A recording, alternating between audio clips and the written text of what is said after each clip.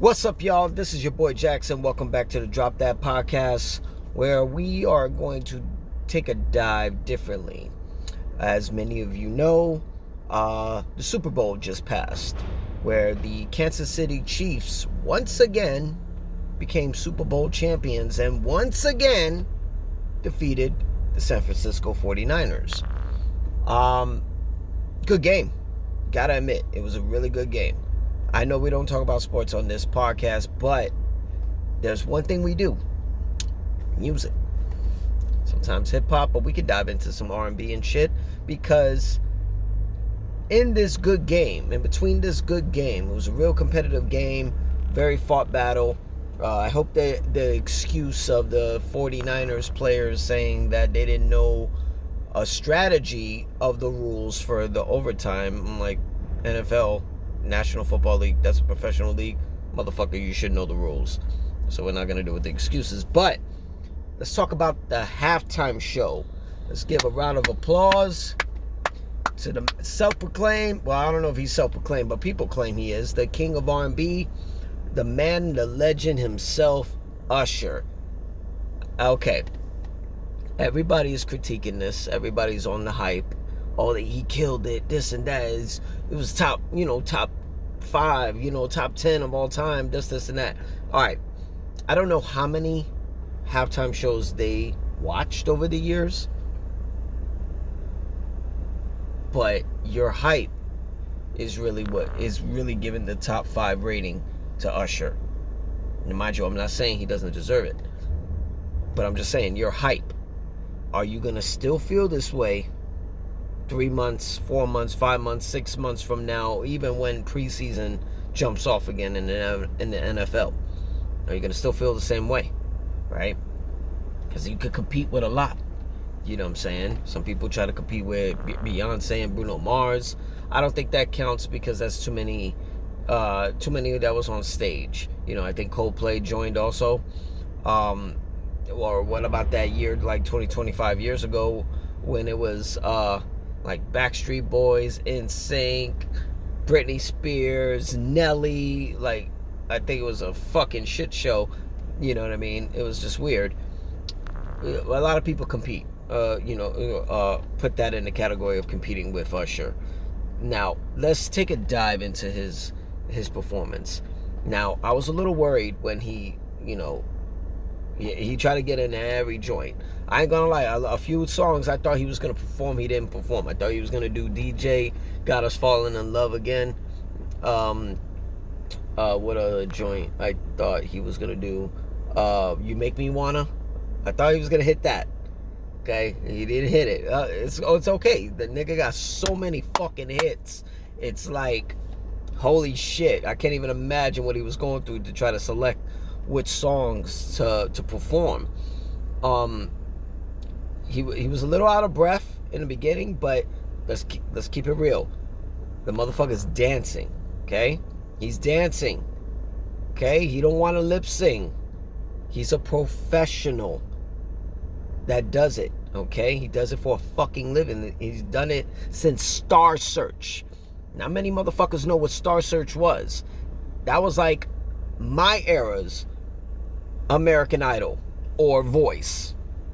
Star Search and winning that shit, not many people do. Your best have lost. I believe Justin Timberlake lost on that. Usher won. If I'm not mistaken, I remember him winning. Well deserved. He fucking killed it. Now, on the performance, dude, in my mind, I was really wondering like what songs he was gonna do. You know what I'm saying? What songs was he gonna do? And he's coming up with these joints. He did Caught Up, he did My Way, he did Nice and Slow, he did Let It Burn, he did Confessions, Superstar. He got in there looking at Surprise with Alicia Keys, My Boo. What was it? I said Confessions already, where he brought in JD, Jermaine Dupri. He did OMG. You gotta do OMG. That was a #1 hit. That's a given, and brought will.i.am, which off the top, I didn't know it was fucking will.i.am. I don't know what the fuck he was thinking with the goddamn spaceship helmet. We already got Def Punk that does that shit. But, kudos to him. He got to perform. Who else? You see her doing her guitar thing. I didn't even know she was playing guitar before. Am I missing anybody? Oh, Little John just came up out of nowhere. Turned down for what? Yo, I didn't know they were gonna do that shit. That was a fucking joint right there. Got in there, gave Usher time to, switch wardrobes, and brought out the A and hit up, yeah. Ludacris got on stage, did his fucking thing. Yo, I gotta admit, Usher did his fucking God, he did his thing. He did his thing. I will put him in the top 5. Off the top, I'll put him in the top 5. I was pretty hyped about what he did. He killed it. You know what I'm saying? The dancing, the song selection, the surprise guests that we didn't see coming. I heard from the grapevine that Alicia Keys was coming in to perform. I didn't know will.i.am. I wouldn't have thought Jermaine Dupri. I was hoping Little John and Ludacris. You know what I'm saying? Like, you pulled off what? 4 or 5 joints off of Confessions, for the anniversary.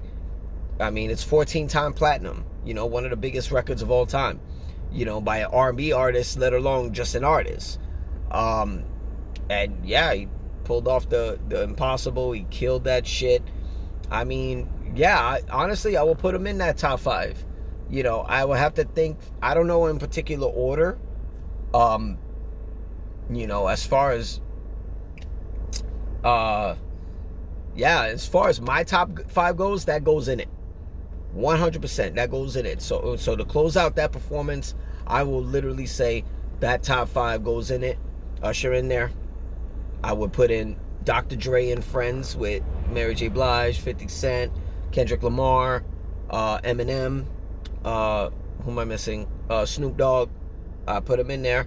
You know what I'm saying? I put in The Weeknd. Killed it even though we were in the fucking pandemic. Killed it. Prince. Hello. Purple Rain. Killed it. And Michael Jackson. Misdirection. Hello. He fucking had stunt doubles all the way at the top of the fucking stadium. Who the fuck would ever think to do that? Then he just pops up from under the ground. Boom. You know what I'm saying? At that age, landed on his feet. Them knees were on point. So I will close out the performance with a top 5 rating with that. I'll put those performances in my top 5, no particular order. I don't want nobody talking that shit. Also, okay, I know there's some controversy regarding the My Boo performance with Usher and Alicia Keys. And, look, Swiss Beats already responded. He praised Usher and his wife Alicia Keys regarding this situation. And it ain't a situation. She's a professional singer, pianist. She plays the piano. She's one of the best. She goes up there with Ray Charles and Stevie Wonder.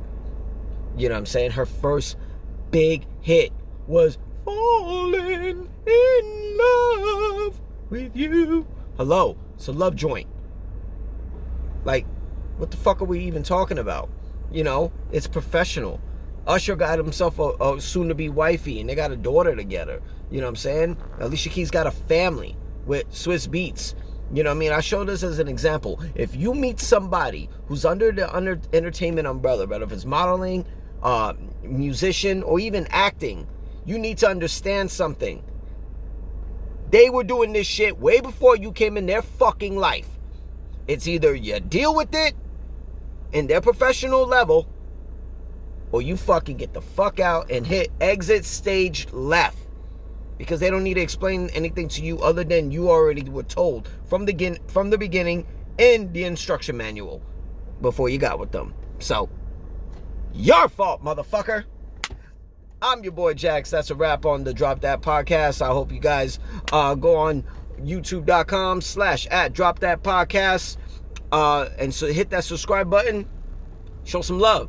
Come on here. Let's talk about it. We're gonna have wrestling, hip hop, boxing, MMA, all type of episodes coming soon in this month, okay? And in March, a lot of shit going. And you can talk that shit over at X, formerly known as Twitter, @DropThatPod_13.